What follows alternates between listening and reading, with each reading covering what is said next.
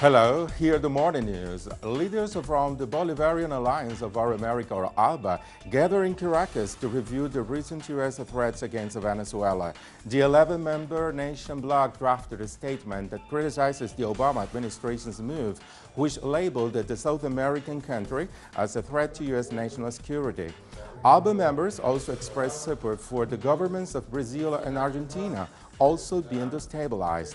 The document calls for dialogue between Venezuelan and the U.S. governments, mediated by regional organizations. Emphasize that the sister republic of Venezuela represents no threat to any country, being a nation that has proven its solidarity and willing to cooperate with the peoples and governments from the region, becoming a guarantor for social peace and stability in our continent. The Organization of American States will be meeting this Wednesday to elect a new General Secretary for the regional body. Uruguay's ex-foreign minister Luis Almagro is the only candidate looking to succeed the Chilean José Miguel Insulza, who has headed the organization since 2005. Almagro is said to have already secured roughly 20 of the 34 possible votes. He has committed to restore the credibility of OAS, an organization that many consider to have lost credibility, especially since the creation of other bodies such as UNASUR and ZELAC, due to the disproportionate influence of the U.S. And St. Lucia's economy has benefited from a record number of visitors. While this has been good news for many of the island, insiders say there is still work to be done. Alison Kentish has this story. St. Lucia is celebrating a record double-digit increase in stay-over tourist arrivals.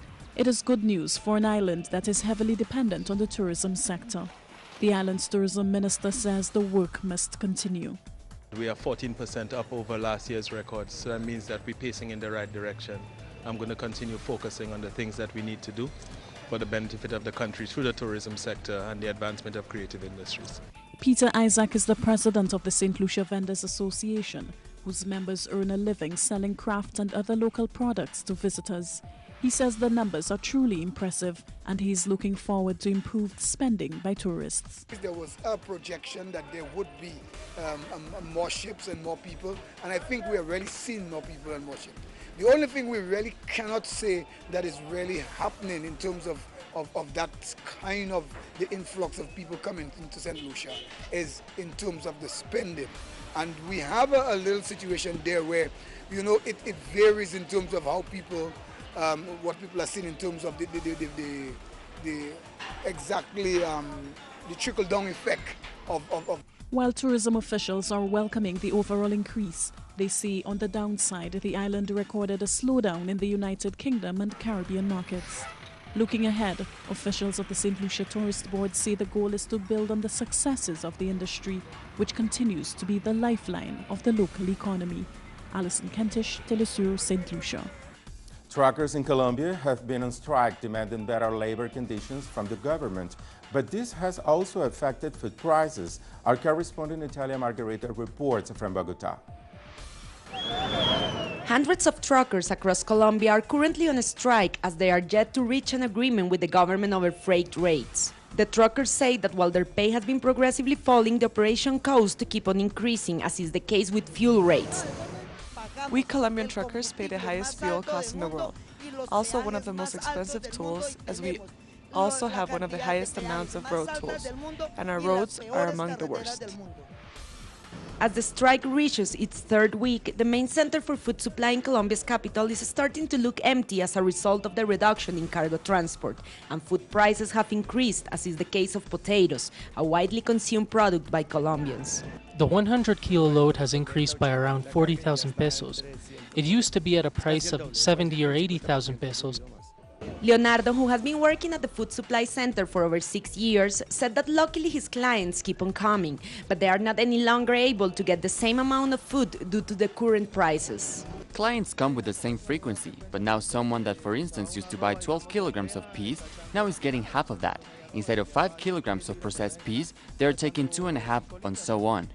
That's the case of Doña Elma, a frequent client of the place. Obviously, due to the prices, the family budget soared. The situation is tough. There are even some basic products that we simply have to stop consuming. As the situation is becoming tougher, the trucking unions have been saying that the government uses violence as a response to the social demands instead of providing solutions. As always, the state forces use terrorism in an attempt to silence our voices and horns, but they will not succeed. All truckers across the country are now united on a common struggle: trucking justice and dignity.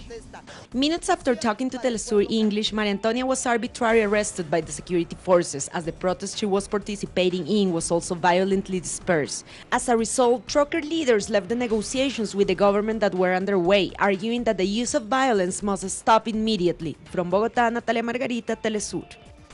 And after trailing in the polls leading up to the country's legislative elections, Israel's right-wing Likud party was declared the winner. The ruling party surged in support after current Prime Minister Benjamin Netanyahu announced he would not support the creation of a Palestinian state if re-elected. With 99% of votes counted, Netanyahu's party won 30 seats to the Zionist Union's 24 parliamentary spots. After initially holding out, Zionist Union leader Isaac Herzog considered defeat, but said he would continue to challenge Netanyahu. The Arab Joint List finished as the third largest bloc in the Knesset, setting itself up to be a significant force against a potential Likud government.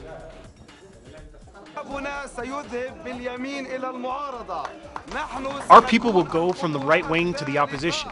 We will be the third force. Our people will not be left alone. We still have half an hour ahead of us. We can still get additional seats and put a nail in the coffin of fascism.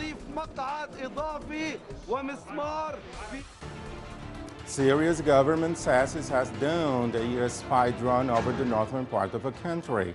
Syrian state television showed footage of the Predator drone's wreckage. Pentagon officials confirmed they had lost communications with the drone, but did not say whether or not it had been shut down.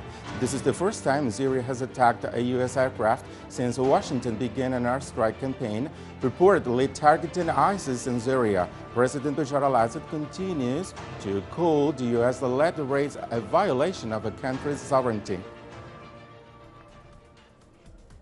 And hundreds flooded to Thailand as part of a ceremony for an ancient sport that has become well known since the growth of popularity of mixed martial arts. More than 1,000 Muay Thai boxers from 67 countries gathered to pay homage to their teachers as part of the 11th worldwide cruise ceremony that involves the fighters paying respect and asking for blessing from the teachers of this martial art dating back to the 14th century.